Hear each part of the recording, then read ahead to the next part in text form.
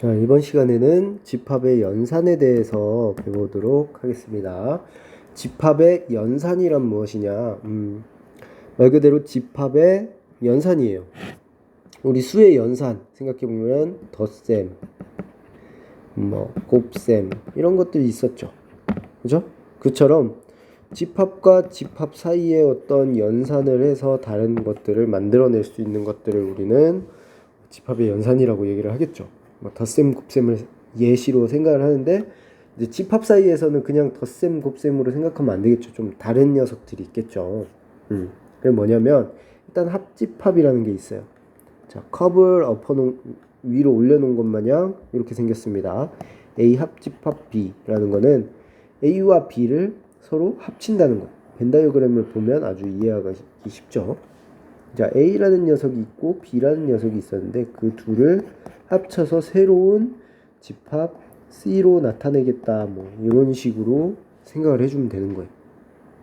예를 들어서 1, 2, 3 4, 5가 있다면 여기가 A고 여기가 B다. A 합집합 B는 어떻게 되는 거예요? 1, 2, 3, 4, 5가 되는 거죠. 자, 겹치는 건 3, 3 이렇게 쓰지 않아요. 집합에선 겹치는 걸 쓰지 않고 이렇게 하나로만 씁니다. 네. 그래서 A 합집합 B는 이렇게 되는 거죠.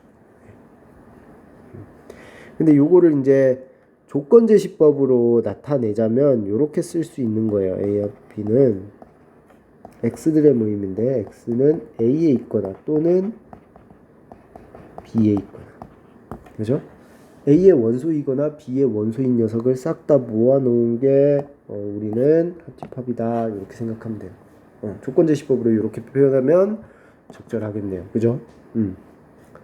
교집합이라는 게 있어요. 이게 이제 덧셈 뺄셈 이런 느낌의 연산이다 이 얘기예요. 교집합은 뭐냐? 교자가 겹치다 이런 느낌이에요. 교점 이런 거, 그죠? 그 교자거든요. 합은 말 그대로 이 합 더하는 거. 그래서 교집합이라는 거는 결국에는 이렇게 겹치는 부분만 가지고 새로운 집합을 나타내는 거죠. 그게 이제 교집합이라는 거예요. A 교집합 B 이런 식으로. 저 위에서 생각을 해보면 A 교집합 B는 어떻게 돼요? 겹치는 거 3 겹치잖아요. 3만 가지고 딱 이렇게 집합을 새로 만들어내는 거죠. 그래서 여기서 중요한 거는 X가 A 그리고 B. 자, 또는과 그리고가 아주 중요합니다. 자, 또는이라는 말은 어떤 거예요? A에 있거나 또는 B에 있거나 한 개만 있어도 사실은 상관이 없죠. 둘 다 있어도 상관은 없고, 또는이라는 말은. 그리고라는 말은 어떤 거예요? 그리고라는 말은 얘도 있고 얘도 동시에 있어야만 된다는 거예요. 그쵸? 그 또는과 그리고라는 말의 의미를 좀 잘 생각해 볼 필요가 있어요. 합집합은 또는이고 그리고 교집합은 그리고이다. 즉 둘 다 있어야 된다. 이런 의미를 좀 깊이 생각을 해주셔야 합니다. 자, 그래서 문제를 한번 풀어보면 예시로 위해서 한번 해보긴 했는데, 자, 얘 6의 양의 약수는 1, 2, 3, 6이 있네요. 그쵸? 자, 합집합은 어떻게 돼요? 1, 2, 3, 4, 5, 6이 되겠네요. 교집합은 어떻게 돼요? 자, 2 겹치고 3 겹치고 이렇게 교집합. 네, 이렇게. 근데 우리는 지금 겹치는 녀석들만 따져왔는데 예를 들어서 2, 3, 5, 1, 4, 6 A와 B가 이렇게 있다. 자, 합집합은 아무 문제가 없어요. 그쵸? 그냥 합치면 되니까. 근데 A 교집합 B는 어떻게 돼요? 겹치는 게 있어요, 없어요? 없죠? 그럼 우리 어떤 집합? 공집합이다 라고 얘기를 하죠. 공집합이 이렇게 집합 간의 연산이니까 집합이 나와야 되잖아요, 결과는. 근데 이제 없을 땐 어떻게 할 거냐, 이런 문제들을 사실 해결할 수 있어요. 공집합 쓰임이 많죠. 그렇기 때문에 받아들인 거예요. 자, 공집합은 A 교집합 B가 없을 때, 공집합일 때 우리는 뭐라고 하냐면 서로소라고 해요. 집합 간의 서로소, A와 B는 서로소. 이건 집합 간의 비교입니다. 뭐 약수가 겹치지 않는다는 의미도 있죠. 사실은 사실 오리진이 요쪽이다라고 생각을 하면 돼요.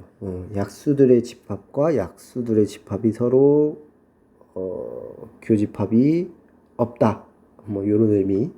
어쨌든 A 교집합 B가 공집합일 때 우리는 서로소라고 이야기를 합니다. 서로소. 그렇게 생각을 해주면 돼요.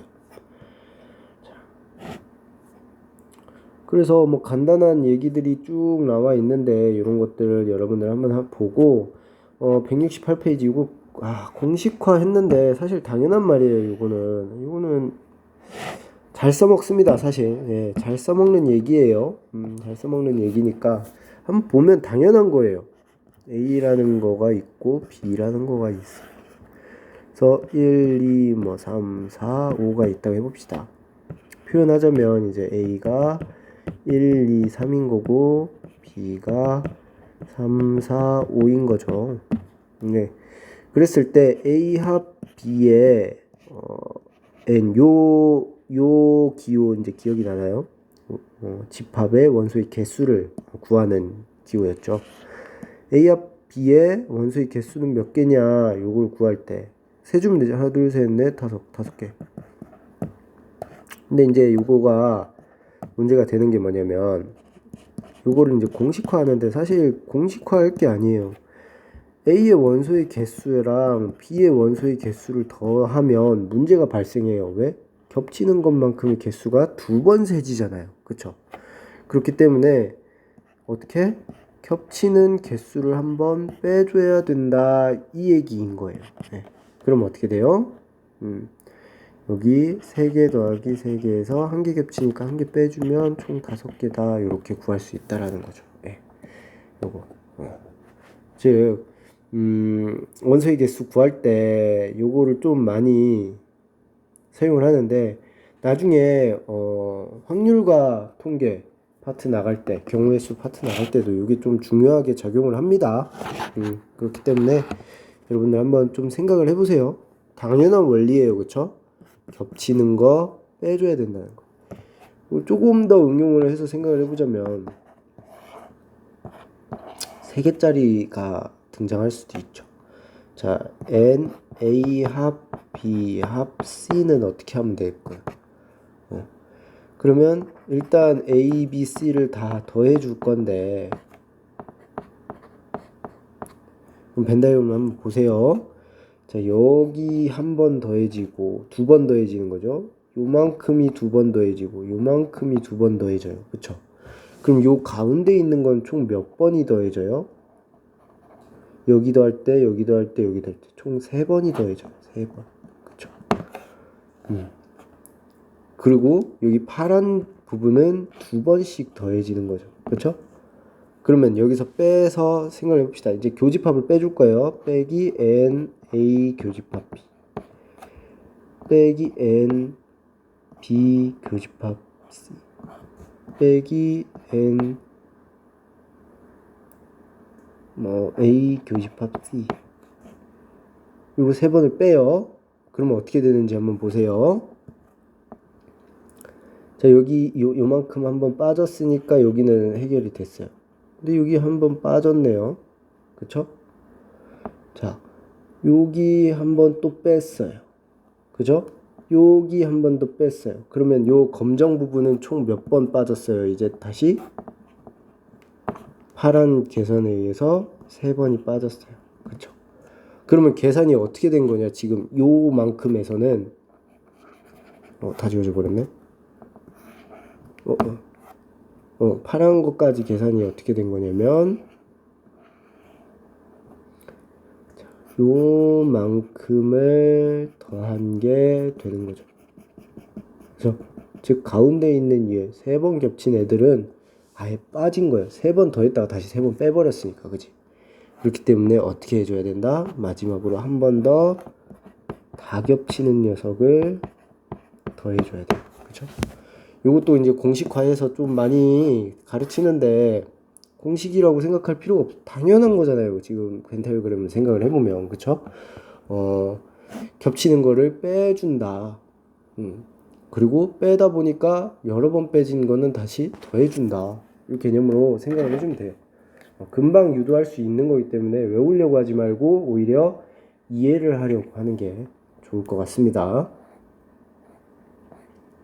그래서 여기 168페이지까지 여러분들이 친구들과 함께 문제 해결을 해보세요.